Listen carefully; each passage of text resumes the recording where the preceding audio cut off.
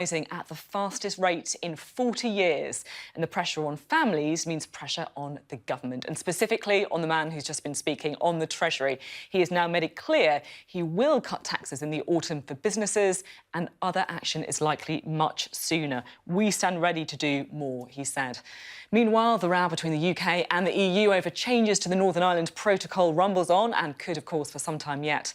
All that as dark clouds gather over Parliament, once again with the news that a Conservative MP has been arrested and released on bail on suspicion of rape. So lots to talk about this evening as we bring you takes from all sides over the next 60 minutes. Situation evolves, our response will evolve. I have always been clear, we stand ready to do more. Well, that was the Chancellor in the last few minutes, promising once again he is ready to do more on that cost of living crisis, and it seems like he might have to soon because of exchanges like this. He doesn't actually understand what working families are going through in this country. Nothing could be more transparent from this exchange than their lust to raise taxes on business. Mr. Speaker, we don't relish it. We don't want to do it. Well, the Prime Minister and the leader of the opposition clashed repeatedly over the main topic of the week, or actually really the main topic of the year. We'll discuss what the government might do next. And, of course, no one better to ask than our viewers, as everyone, of course, faces the challenge of rapidly rising prices. We'll see what our panel make of it all. We can see almost everyone there, one empty chair, but hopefully everyone will be there in just a few moments' time. Give us a quick wave. Looking forward to speaking to you all later there. We'll also have some top guests on the programme tonight, including the Attorney General Suella Braverman, plus Labour's Shadow Education Secretary Bridget Phillipson, and much more besides. That's all coming up on The Take.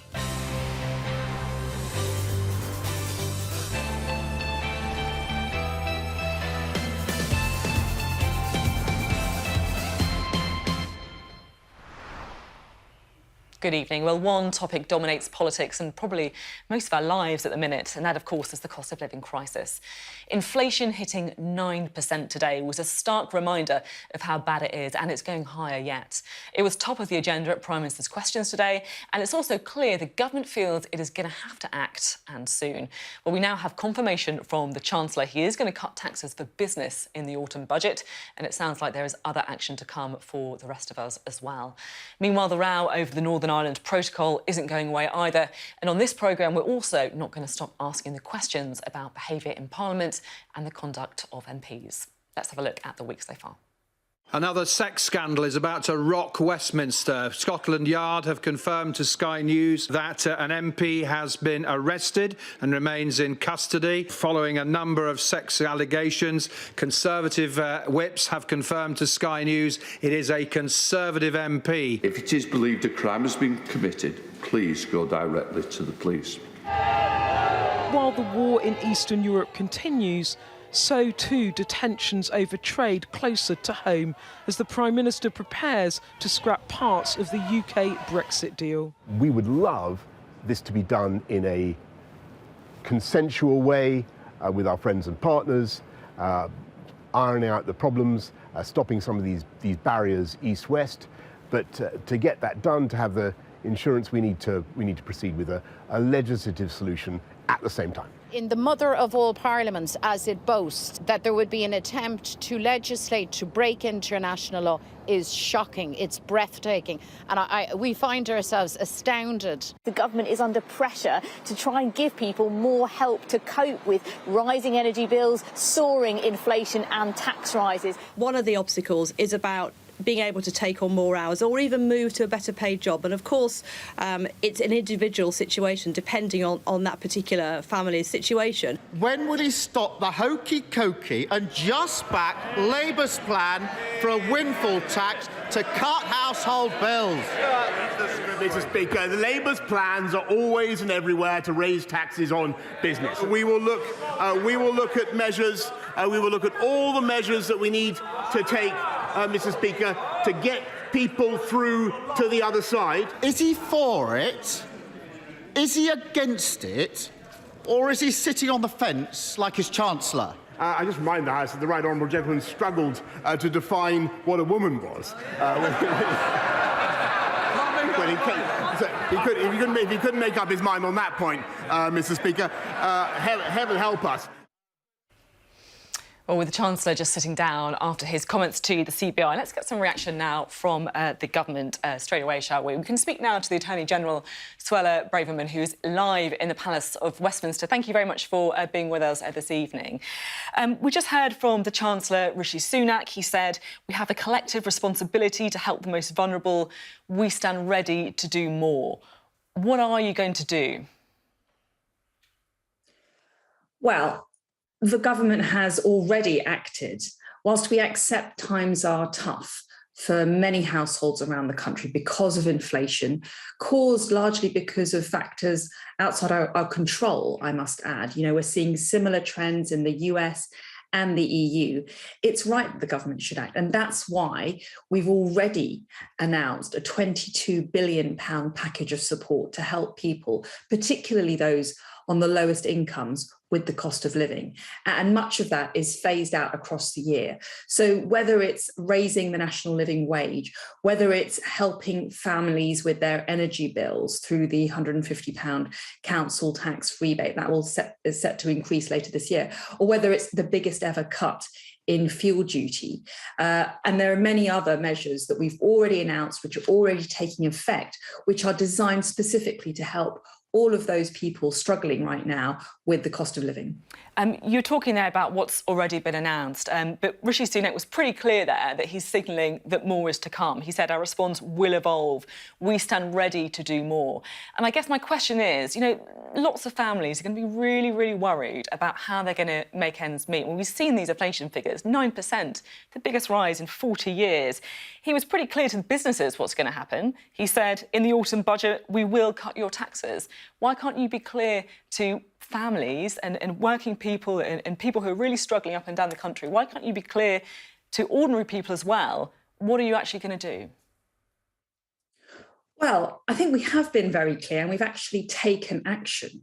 In November, almost 2 million of the lowest income working households who receive universal credit will have been benefiting from a cash boost worth £1,000 on average. And that's thanks to our reduction to the universal credit taper rate and an increase to claimants' work allowances. We've been clear about the £150 council tax rebate to support people with their energy bills.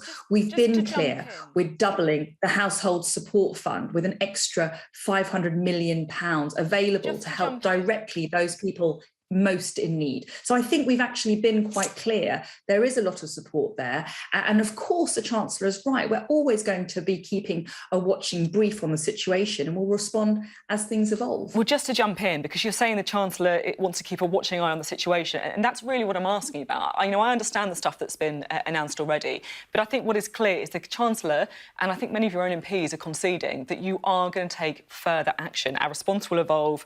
We stand ready to do more. And my question is, what is that more? What are you going to do? Well, that is a decision for the Chancellor in terms of how he announces that. But I'm very pleased with what we've heard this evening, and I'm just hearing it secondhand on reports in the media that he wants to cut taxes. As Conservatives, we instinctively want to keep taxation low. We trust individuals and people to spend their money better than government, ultimately. That's the big difference between us and the Labour Party. And we want to ensure that taxation is low. And that's why from July of this year, we are increasing the national insurance thresholds to save a typical worker £330 a year, with 70% of employees to be better off as a result of those changes that we're making. So those are things that, those are tax cuts that are going to be coming into effect. I understand, the Conservative principle that, a marginal pound is better spent by an individual than the state. I get that. But we are in extraordinary times here. Inflation is at 9%. There's a lot of people on benefits who are worried about keeping their children warm, about putting food on the table. So actually for them, perhaps that marginal pound spent by the state is the difference between keeping their families warm and not, or getting an extra loaf of bread at the weekend, right? Do the usual rules apply? As I said at the outset, we're very much aware that many families will be struggling right now, and particularly for those people on benefits. There are a huge amount of resources available to them. For example, if you look at an average household and the outgoings, it's things like their bills, their utility bills. That's why I won't mention it a third time, but help on council tax.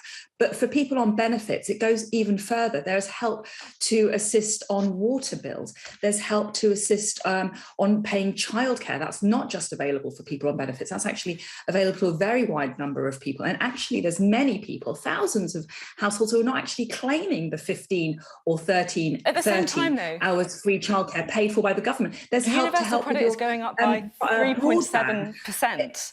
Universal credit is going up by 3.7%. Inflation is going up today by 9%. I mean, I'm not a mathematician, but you know and I know that things are getting very, very hard for families. And actually just saying, actually, look, there's loads of help around there. People just need to look a bit harder to find it. Is that really sufficient? Listen, as I say, we are very cognizant of the struggles that many families are facing. However, I just want to say it's not fair to say that the government has done nothing and that we're somehow not responding. We've announced a £22 billion package. That's significant. We've announced significant tax cuts. We've not saying that you've done nothing, obviously, and you've set out the help that is available. When do you think more help, as Rishi Sunak signalled, when will that come? Will that come in July before the summer recess? Listen, you're asking me something that really is going to be a decision for the Chancellor and the Prime Minister and then the Cabinet. He's made an announcement today. That's going to be worked through and in terms of how that's announced. But I can't give you any timelines on announcements. But if the Chancellor says there will be tax cuts coming, I trust him, and I'm very glad to hear it. OK. Now, you, of course, are the Attorney General. You're the legal advisor to the government.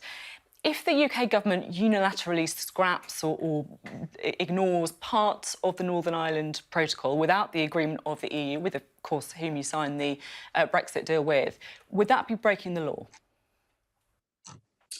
I can't get into the details of legal advice, unfortunately. I know that might sound a bit odd, but there's a convention in government, which means that the law officers can't comment on the fact or the content of their legal advice. But we do know what the Foreign Secretary has said, and she has made very clear in her statement yesterday that the action proposed by the government has a lawful basis, and there will be a statement which will be issued by the government in due course, setting out a bit more detail behind that. So I'm not able to go into the details behind the legalities. What I am able to say is that the measures announced are important, vital, and have my support. It's really there are challenges and problems in Northern Ireland caused by the operation of the protocol in relation to and the effects of those problems are visible for everyone to see. We've seen the collapse of Stormont, so that people in Northern Ireland are not going to be getting the services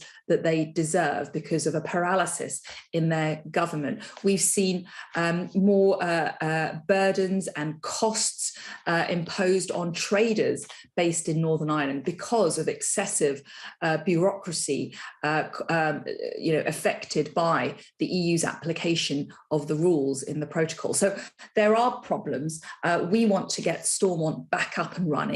We want to ensure that Northern Ireland's place within the territory of the United Kingdom is secured and reassured. And that's why these proposals are very important. I just want to ask a really sort of simple question. You're saying there that there's a convention not to publish the legal advice, but at the same time, we are in quite an extraordinary situation. The situation, of course, in Northern Ireland, extremely fragile. Lots of people are very, very concerned about what's happening there. Will you commit to publishing the legal advice on this? The Foreign Secretary's made clear that we're going to be publishing a statement setting out the government's... That's a bit different, though, isn't it? So can we just unpick that bit? Will you publish the legal advice that you gave to the government, or are we just going to rely on a statement? What will be in that statement? What's actually happening? No, we're not going to publish the legal advice.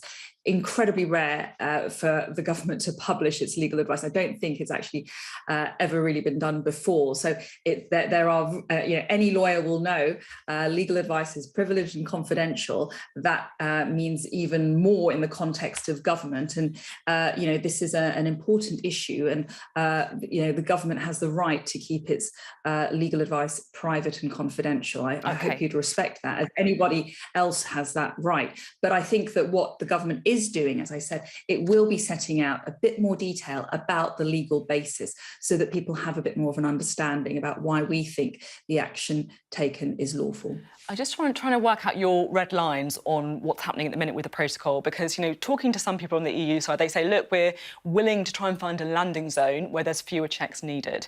Do you want to see the role of the European Court of Justice removed in ruling in disputes in Northern Ireland? Yes.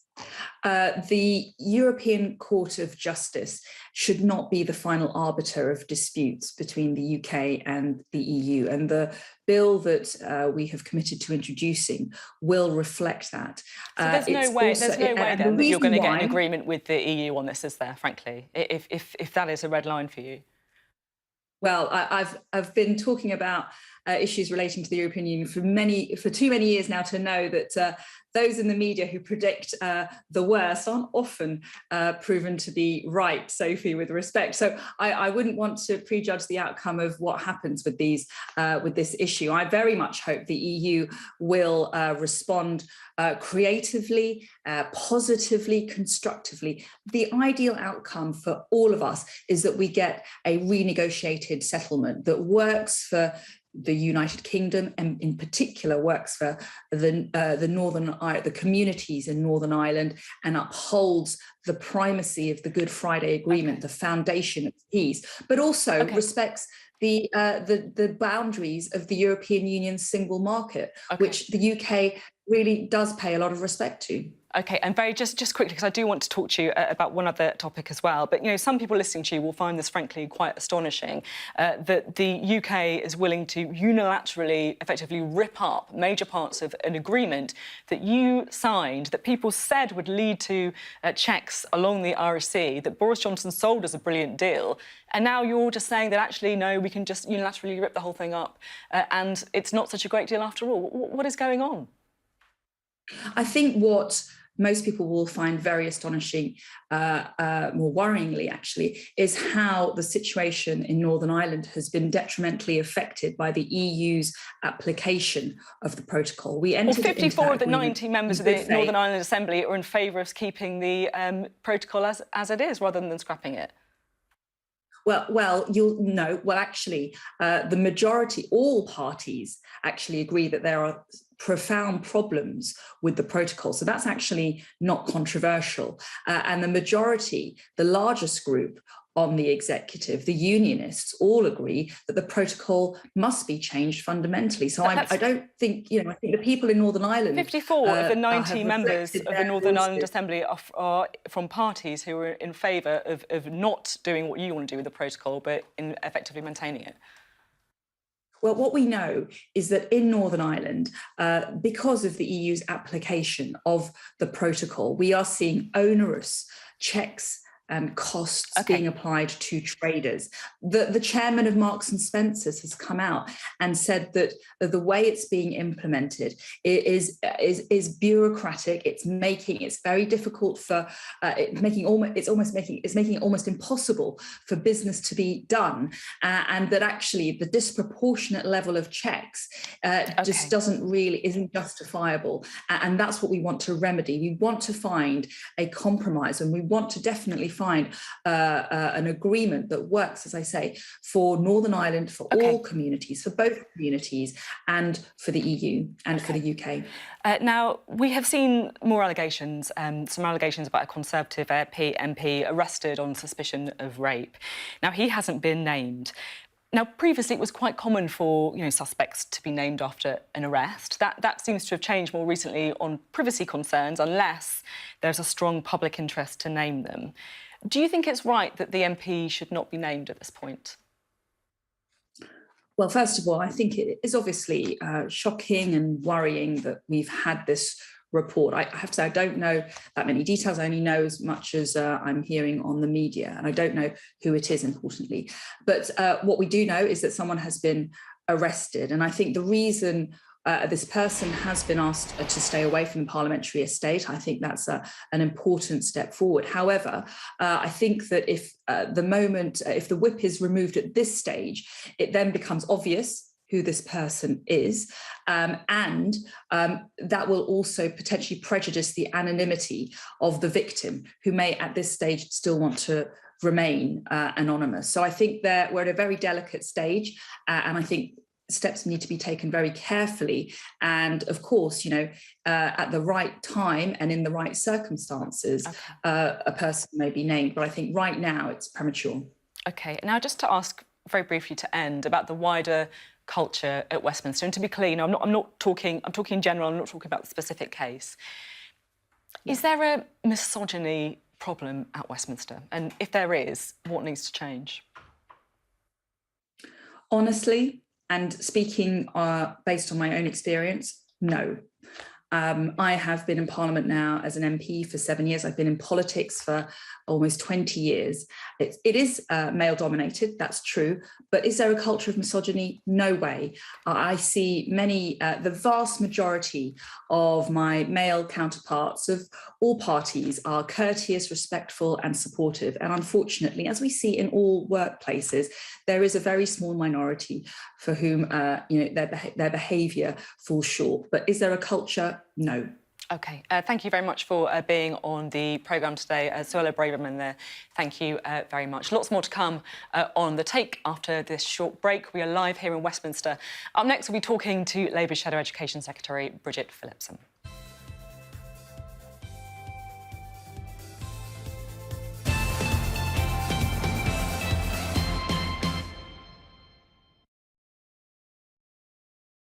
This is the Jubilee pudding. It's a lemon and Swiss roll amaretti trifle.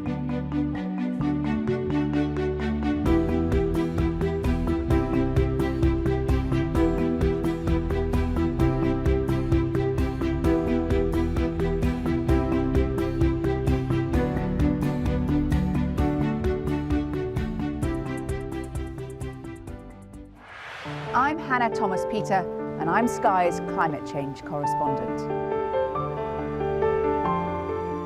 The UK is a world leader in wind power. Power! Power! People! It's part of the Congo Basin rainforest, which is such an important ecosystem. It's known as the lungs of Africa. We aim to be the best and most trusted place for news. She doesn't really enjoy speaking to the press, and it wasn't clear right up until the last moment that she was going to sit down with me. I might be just very naive, but I do believe that change is possible, otherwise we wouldn't be climate activists.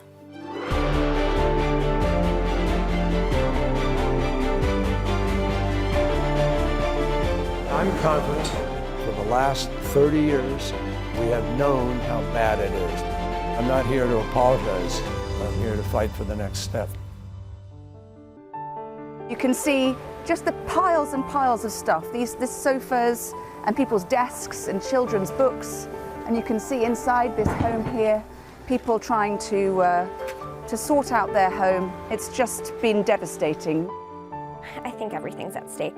The future of our planet, the future of the beauty around us, the future of you and me.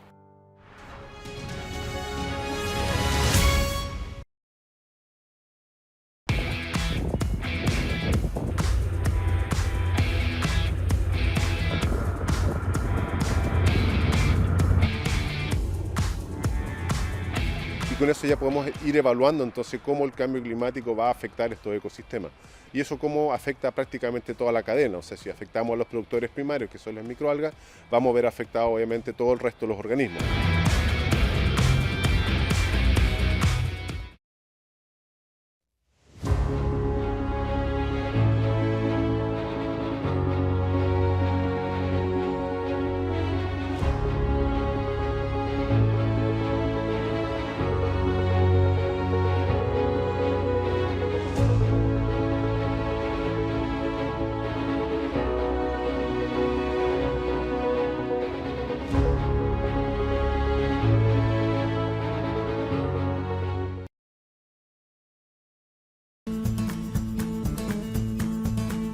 We support communities to grow food in lost and unloved spaces across the city. So our main kind of driving force is to get people growing.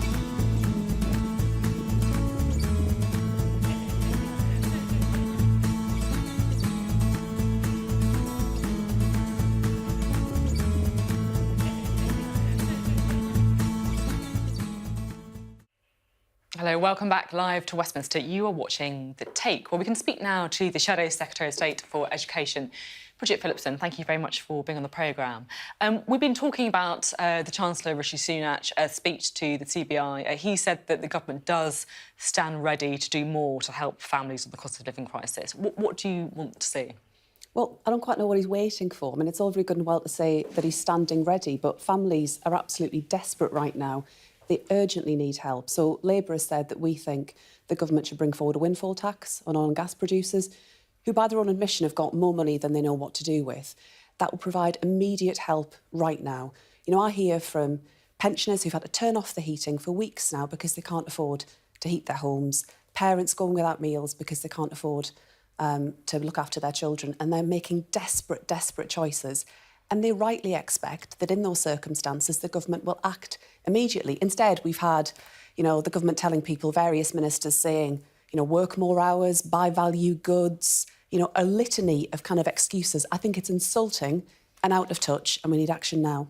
It's clear that, Labour is really pushing the idea of a windfall tax, and by all accounts, it is a relatively popular policy as well. But I just wonder, this is the biggest cost of living crisis since records began, actually. Inflation up 9%, 40-year high. To put it into context, the windfall tax in the North Sea is going to raise £2 billion at best. Labour's Green New Deal would cost £28 billion every year. You're going to need 14 of them just to pay for the Green New Deal. I mean, don't you need something else in the locker, not just a windfall tax? What's the big idea? Well, the windfall tax would provide that immediate support to families and pensioners right now. I think it's only a matter of time, by the way, until the government finally, concede the inevitable and follow Labour's plan. But what's the big idea? You want an emergency budget. You're going to need more than a windfall tax in that, aren't you? What else was in your locker? And Labour's Green Investment Pledge would make sure that we properly insulate our homes. We know that there are 19 million homes across the country that aren't properly insulated, so we are more exposed than many other nations because of that problem we've got around insulated homes. But, for example, take childcare, another area where families are facing real pressure at the moment. Our youngest children at nursery, but also right around the school day too. Labour's Children's Recovery Plan would pump in investment to early years for our most disadvantaged children. We'd also deliver breakfast clubs and after-school activities. That would provide real help to families right now. And is the money from borrowing? For the childcare and the Green New Deal, is that from borrowing? So what the government set out in their COVID response was they allocated money for that response, for the COVID response. We would have made that decision to prioritise support for children and families, which would have gone towards our children's recovery plan. We all know what children have gone through during the pandemic, the sacrifices that were made, and we know the impact it's had on their learning. But alongside that, right now, families are really facing the squeeze. So if there were extra help now on childcare, that would make a massive difference. OK, now, I just want to talk to you a little bit about Westminster. Now, a Conservative MP arrested on suspicion of rape. Now, of course, we can't comment on the individual cases. It's very important not to. But it does feel like there's been an awful lot of stories, from sexual harassment claims to MPs resigning for looking at porn to the most serious allegations of all.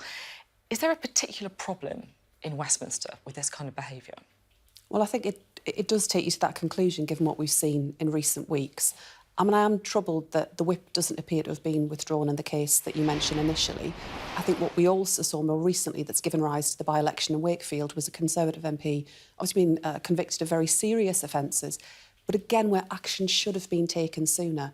I think, there is a clear responsibility that all of us in public life are held to high standards, but I think clearly, given what we've seen in recent weeks, there is a problem there that needs addressing. And this isn't just about the conduct of MPs. Of course, Westminster is a workplace for thousands of people, and they have a right to feel safe. What should happen? Do we need to talk about closing bars, for example? What should happen? I don't think that's the issue. I think it comes to really a fundamental issue around power in our society. I mean, Parliament reflects some of the wider problems we see in society around sexism and misogyny that need to be tackled. And yes, there are changes, I think, that still could be made around the standards system in Parliament. But actually, what does that mean, though? Like, what kind of change should happen? Well, I think there have been, I was involved in some of that as part of the Standards Committee. We have made improvements, but I think we need people to feel confident in coming forward where they have concerns about conduct. Because, as I say, Westminster isn't just about MPs. Actually, there are thousands of people who work there, and they, like everyone else, have got the right to be in a safe workplace. Just to show you this tweet quickly, I think I can do I'm going to whiz around this way instead. Here we go. Right, Michael Fabricant, the Conservative MP.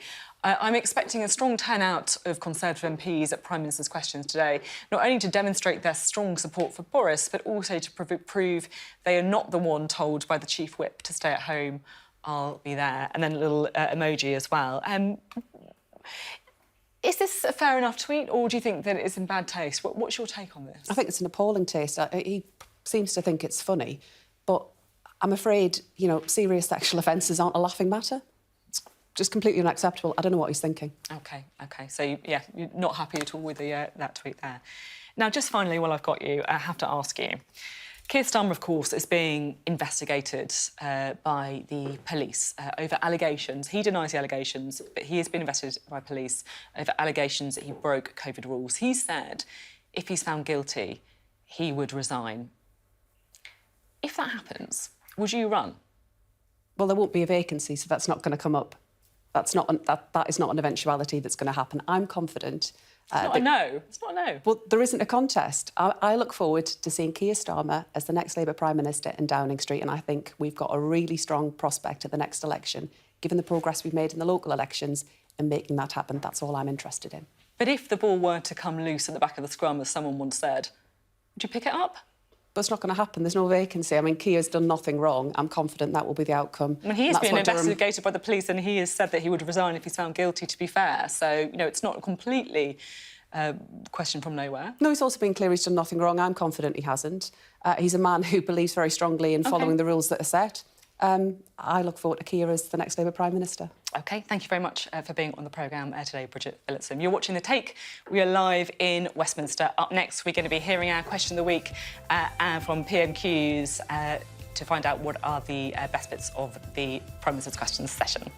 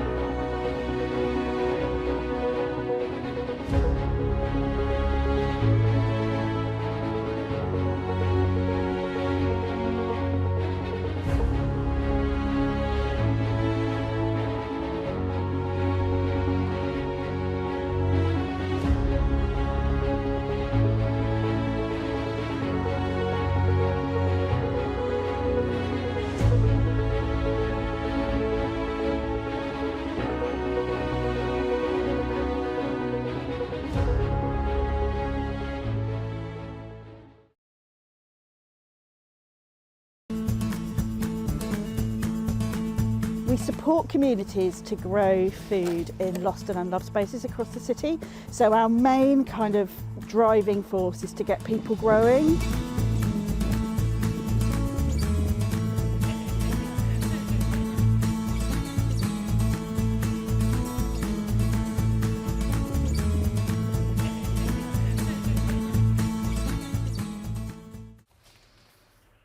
Hello, welcome back. You're live in Westminster. You are watching The Take. Now, if you are a political junkie like me, it is the political highlight of midweek, Prime Minister's Questions, when the PM faces party leaders and backbenchers from all sides. Let's have a little listen now to what our very own Joe Pike, political correspondent, made of it. This is PMQ's Unwrapped. Partygate is no longer secure ground for Keir Starmer's questions after allegations about his own pandemic conduct. So the Labour leader ditched that favourite topic for this one.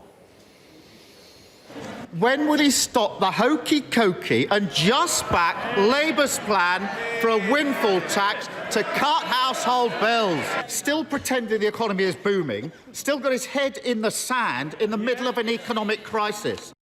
And Sir Keir didn't just attack the PM, but the man sitting next to him too. Rishi Sunak is under pressure to act, but it was striking how little he prompted the PM today, and his subdued demeanour was reflected across the chamber. It is rarely quite so quiet. If you speak to Team Starmer, they are convinced a U-turn is coming on a windfall tax on oil and gas profits. One senior figure told me it will happen unless the government are, quotes, literally mad. And if and when it does, Labour want to make sure voters remember it's been their policy, their position for months. Now, the PM blamed global factors and he did seem sceptical of a windfall tax, but he did not rule it out. We will look at all the measures that we need to take, Mr. Speaker, to get people through to the other side. Mr Johnson also went on the attack on tax. The Labour's plans are always and everywhere to raise taxes on business. His answer, in addition to putting up taxes, his answer is to borrow more, and their lust to raise taxes on business. Mr. Speaker, we don't relish it. We don't want to do it. Even though, of course, his government has raised taxes to their highest level since World War II.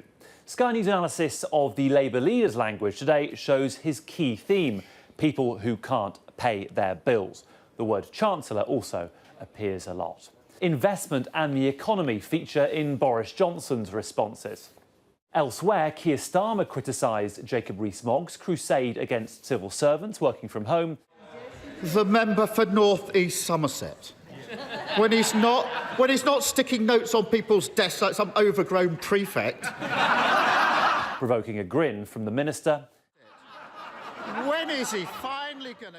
The Lib Dems focused on farming. From Caithness to Cumbria, from Shropshire to Devon, farmers' own input costs are spiralling upwards. Far from a coincidence with a by-election in rural Devon coming up. And one Tory MP managed to slip in a dig about the Keir Starmer Beergate row. So there's more than just a place to bring friends for a social evening of beer and takeaway curry, and an even better place to live, work than bring up a family. We now seem to have reached a tipping point on the cost of living crisis. With the situation quite so stark, the longer it takes the government to act, the bigger the advantage for Labour. Solutions will, of course, be expensive, but we do expect the Chancellor to announce something within weeks. Joe Pike there, expecting something from the Chancellor within weeks. Well, a little bit later, we're going to find out what our viewers panel made of the announcements by Rishi Sunak and PMQs too. But first, we can check in with our Deputy Political Editor, Sam Coates, who has joined us again on The Take. So what is your take, Sam? You know, we've heard a bit from the Chancellor this evening. We just heard from Suella Braverman as well on the cost of living. Where are we up to? Very good question, because listening to Suella Braverman, the Attorney-General, on the cost of living, you didn't really get a lot further with her. I have some empathy, maybe even a little bit of pity for ministers coming on having to answer questions about the cost of living. They're coming on to shows like yours unarmed. There are no answers. Now, Rishi Sunak this evening said that we have a responsibility to help the most vulnerable. Now, I can tell you, if the targeted help is just at those at the lowest end of society when it comes out in the wash in July, that won't cut it for the Tory MPs I've been talking about tonight. But beyond that, there is no plan for the Conservative Party. Some are in favour of a windfall tax, some are against a windfall tax, some want to reduce income taxes, some want to increase benefits, some think that the problem is energy bills and inflation, others think that growth, not inflation, is the issue. There is no plan across the Conservative Party. We're at a tipping point, and they've got to decide what kind of party and what kind of policy they want to pursue. And that's probably why he's looking a bit like this at the minute, because I think even in that speech, he was almost saying that he's, you know, on the one hand, he knows to do more, but he's obviously got this at the back of the mind as well about if he does provide help, he's very worried about inflation and some of those pressures too. Our best days lie ahead, he said. It doesn't feel like that's the language of now, to be completely honest. Let's have a look at the polling. Is this starting to feed through into people's opinions of, you know, the government, the Chancellor? What are we looking at here? Well, this shows a 5-point lead for the Labour Party, which is an OK lead. It probably takes you somewhere into hung parliament territory, but you can see there the Liberal Democrats doing well. They're siphoning off a little bit of vote from Labour, also challenging the Conservatives. The Greens will definitely be eating into the Labour vote. So that figure could be higher, but it's an OK lead. Let's whiz it on to the next screen. And you can see over time, all the way back to when Boris Johnson became Prime Minister, really, you've got a small lead for the Labour Party over the Conservatives. You have done pretty much since the turn of the year with a healthy performance for the Lib Dems. So the next slide, though, is the one that really fascinates me. Go back to the 2019 general election, and this shows you what people do today who voted Conservative back then. Only 57% of people who voted Tory in the 2019 general election still would. So that's going to be alarming, isn't it, for them? So that is alarming. But let's look at where they put their votes now. Only 7% actually go all the way to the Labour Party. An awful lot of them say that they just don't know. And that's people not willing to say they vote Tory, but not willing to pick one of the other parties. Now let's look at the situation with the Labour Party. Now, they're in opposition. They should be wildly popular, but they don't keep 3 in 10 of their votes. Only 69% of people that voted Labour in 2019 still do. And you can see their vote bleeds all over the place. They're in opposition. They should be popular, but 7% of their voters go Lib Dem, 6% of their voters go Green, and only 11 go don't know, which would be easier probably to transfer back into that Labour column, but that number's smaller. So in some senses, Tories that I was showing these two graphs, these two charts to, actually said they'd rather be in that position because they think that number, the don't knows, will just flip back to the Conservatives at election time, and they were quite relieved that number wasn't bigger. I guess that the Tories, that the Labour Party are still, even at this stage, losing some of their supporters from 2017 without particularly seeing people go all the way across from the Conservative Party to Labour in large numbers really since 2019. Fascinating. It does feel like there's all to play for in the kind of lots could change because of this big number of don't knows there. Thank you very much, Sam, for your analysis. As always, coming up next, we are going to be talking to our viewers panel to find out what they think about the issue that everyone's talking about, the cost of living crisis.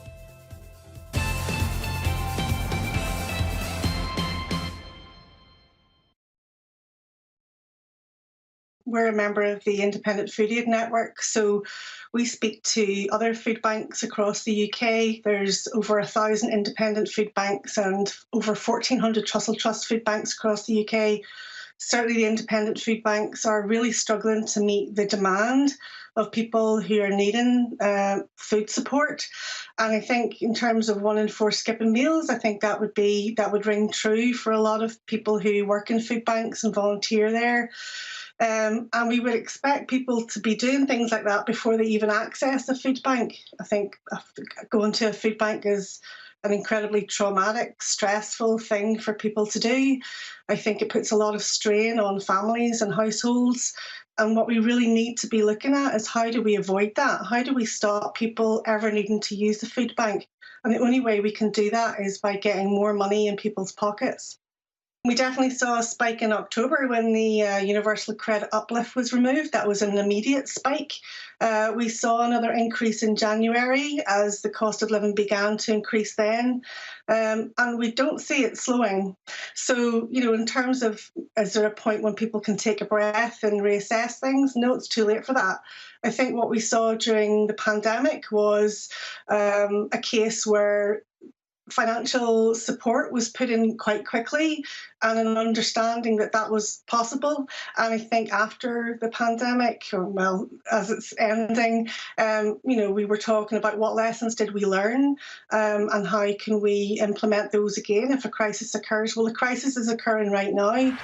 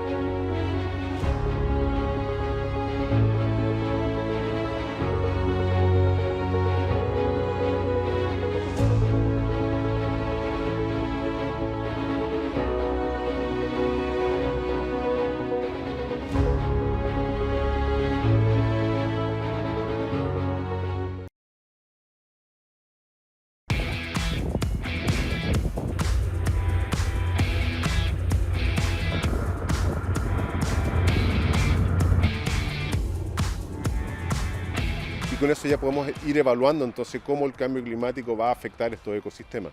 Y eso cómo afecta prácticamente toda la cadena. O sea, si afectamos a los productores primarios, que son las microalgas, vamos a ver afectado obviamente todo el resto de los organismos.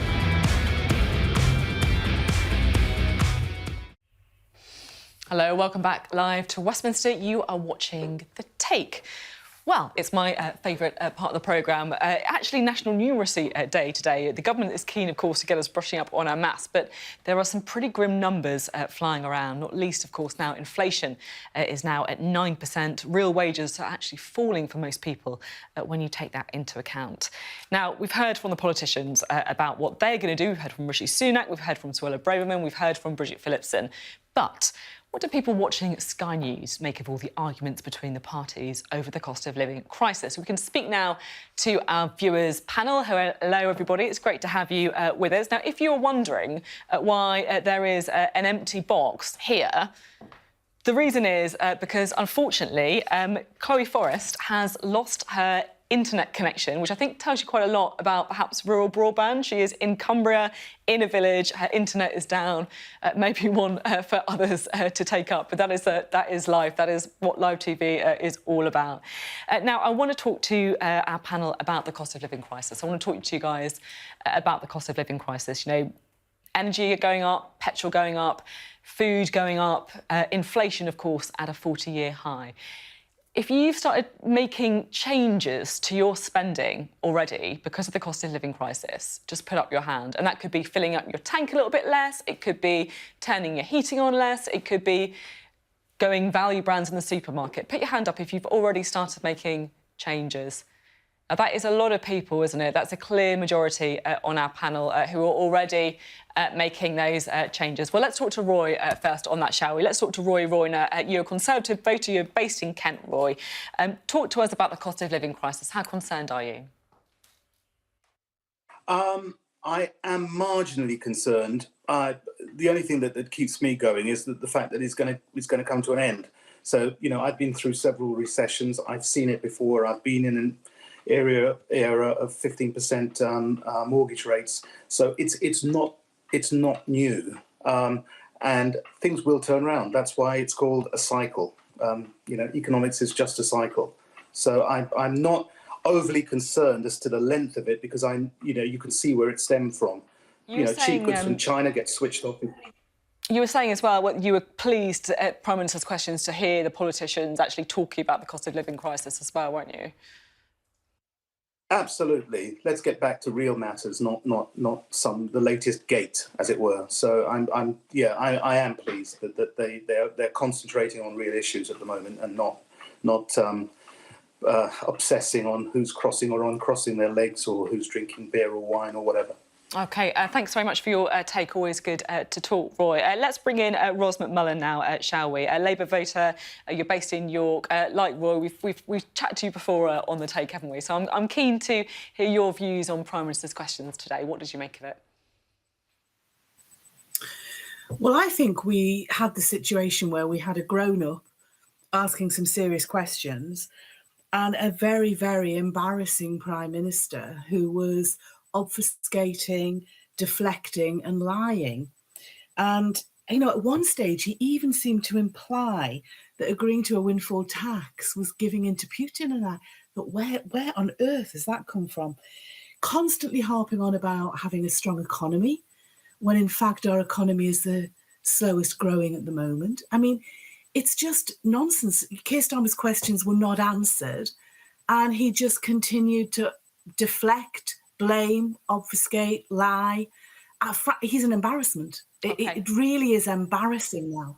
Not a fan of Boris Johnson, pretty clear there. Let's talk to Lucy, shall we? This is Lucy Atala. You're based in Swansea, aren't you, Lucy, a Labour voter as well. What did you make of Keir Starmer? Do you think that he did a good performance at Prime Minister's questions? Not too bad. I thought his comment about an overgrown prefect was really good. I want that to stick. So I'm going to make it my mission to say it as much as possible so that people keep saying it too. Because I do feel as if there is a bit of a culture of, you know, Eton boys and prefects and sort of head boy getting the privileges. And it's quite, you know, so I found that quite amusing. In terms of, I never feel he fights hard enough. I always feel as if he's a little bit kind of weak in his responses. So I prefer him to be a bit more assertive. But he wasn't too bad. OK, interesting. So not too bad, bit more assertive. That's your verdict there. Well, let's talk to John now, shall we? John Comerford, you're a Conservative voter. You're from Kent. I'm quite interested to hear that, you know, you've always voted Conservative, haven't you? But now, is it right to say that you're actually thinking about not voting at all for the first time? Why is that? I'm just a little bit disillusioned at the moment, although I have to say I was a little bit encouraged this evening that the Chancellor is finally recognising there is a problem, but he needs to deal with the problem now, not in 3-4 months' time or whatever. I don't think the government are being helped considerably greatly by certain ministers going on TV and making some very unhelpful comments. I thought the comments by George Eustace and Rachel McLean in the last 10 days or so absolutely appalling. I don't think they recognise that people are suffering, and that doesn't just apply to vulnerable people, it applies also to many people who are working very hard, very long hours, 2-3 jobs, and they're struggling to either heat their houses or alternatively put food on the table. It's just not good enough, and that needs to be addressed. It does feel like we're getting quite a lot of consensus on that. Let's bring in Andrew Farley, shall we? Do you agree with some of what our panellists were just saying there about everyone being impacted by the cost of living crisis? Absolutely. I think it really is going to be the next crisis from following on from the pandemic, and it seems as though you listen to the responses this afternoon from Boris Johnson, and he doesn't seem to know what to do or whether he's going to make up his mind on a windfall tax. I think that's just the start of it. A windfall tax, if it's only going to raise $2 billion, then that's just the start of it. That should be an absolute given. The government have been benefiting from all of these higher prices, which means extra tax receipts, which the Chancellor is trying to use in 2 years' time for a nice sleight of hand tax cut for everybody before the election. And all of these extra tax receipts, he's got to use them now to help people. I'm going to have to jump in now because I do want to get to our last two panellists and some really interesting thoughts so far. Belinda Campbell, you're based in Twickenham, South West London. Describe yourself as a swing voter. Who do you think won at PMQs today? I think Keir Starmer did win because he just kept repeating himself and putting his point across. And I was listening to the background responses as well. Okay. And, you know, not everybody is, I don't think it's inclusive. If you just talk about very, very poor people, I don't think that's including a lot of other people in certain situations which are different. Thanks for your take. I'm just going to squeeze Colin in at the end. Colin, very, very quickly, because I might have to crash out. We're running out of time on the programme. Who do you think you won at PMQs today? Definitely Keir Starmer. I believe Keir Starmer was the winner. He asked really good questions. I don't think Boris Johnson had any answers today. There you go. And he made the... Well, I have to say, it was a pretty unanimous for once, our panel. It feels like there's some real concerns about cost of living. Even our sort of Conservative voters glad that we were talking about that as well. So thank you very much. Colin, we'll have more from you in another programme, I'm absolutely sure. We promise. That's a promise from me. That's it from The Take. We will be back next week and every week on Wednesdays at 9 p.m. Next up, it is Sky News at 10. Thank you for watching.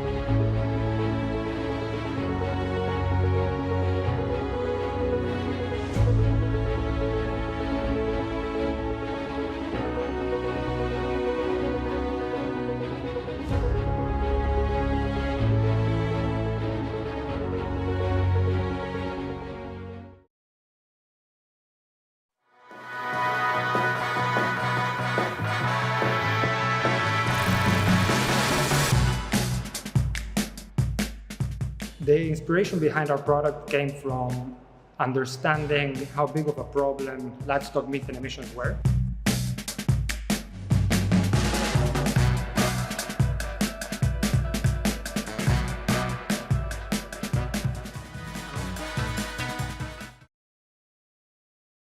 I'm Yvan Bourgnon, I'm a sailor. I spent half time of my life on the sea.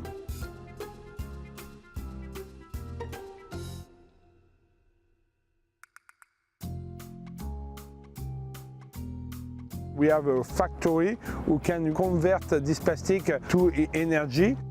And so after, at the end, we can minimize the footprint carbon of the boat.